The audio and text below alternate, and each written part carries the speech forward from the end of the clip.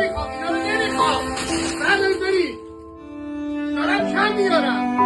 آقا شونه تخم مرغ 13,000 تومن، روغن 129,000 تومن، چیپس 36,000 تومن، پفک 50,000 تومن، رب 129 تومن، کمپوت گیلاس 220 تومن، لوبیا 100,000 تومن، شیر 86,000 تومن، تاک شده 95,000 تومن. آقا نمیخوام، حتما نخرید، حتما نخرید بابا، نخرید.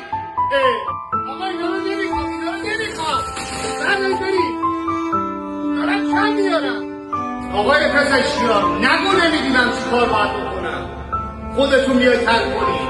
من کاسب دارم میرم زیر.